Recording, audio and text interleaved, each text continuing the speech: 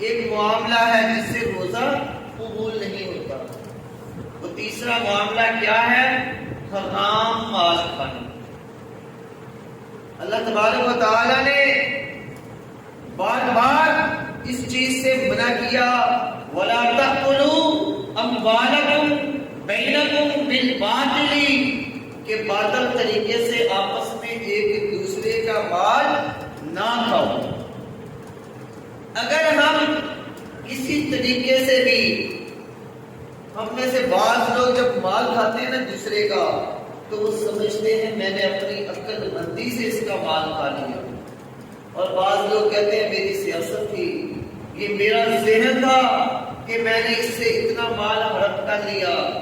وہ اللہ کے بندے, اگر اس نے تیرے اوپر بھروسہ کیا ہے, تیرے اوپر اعتبار کیا ہے اور پھر تو اس کا مال کھاتا ہے تو وہ تیرے لیے حرام ہے.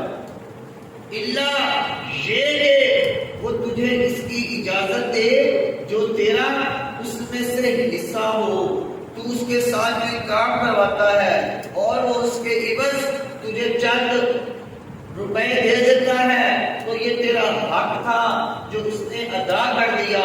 لیکن اگر تو اس کے ساتھ کوئی کام کروانے گیا ہے, کوئی چیز بازار سے لینے گیا ہے اور تو اس کے ساتھ دھوکہ کر لیتا ہے, وہ دھوکہ کسی بھی طریقے سے کیا جا سکتا ہے, تو وہ مال تیرے لیے حرام ہے.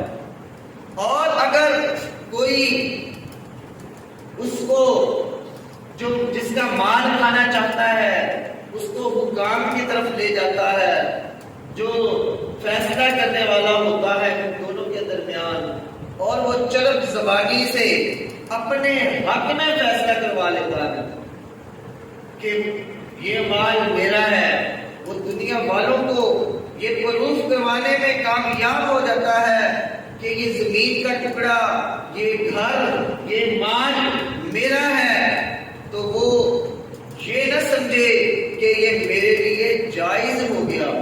وہ دنیا میں اپنے آپ کو اس قابل تو بنا سکتا ہے کہ دوسرے کا مال کھا لے, دنیا والوں کو دھوکہ دے سکتا ہے, لیکن کل قیامت کے دن میرے رب کو وہ دھوکہ نہیں دے سکے گا. میرا رب تو وہ ہے جو ذرے ذرے کا حساب کرنے والا. تو اللہ سے ڈرتے رہنا چاہیے اس معاملے میں کہ ہم دوسروں کا نہ حق مال کھائیں, اور جو حرام مال سے روزہ رکھتا ہے اس کا روزہ قبول نہیں کیا جاتا. اگر کوئی حرام مال سے صدقہ و خیرات کرتا ہے اور وہ اپنے آپ کو سمجھتا ہے کہ میں بہت سخی ہوں, تو خدا کی قسم اس کی سخاوت کی دنیا کے ہاں وہ قیمت ہو سکتی ہے, لیکن میرے رب کے ہاں اس کی ذرہ برابر نہ تو کوئی قیمت ہے اور نہ ہی اس کے لیے اجر و ثواب ہے. اس لیے حرام مال کھانے سے بچنا ہے.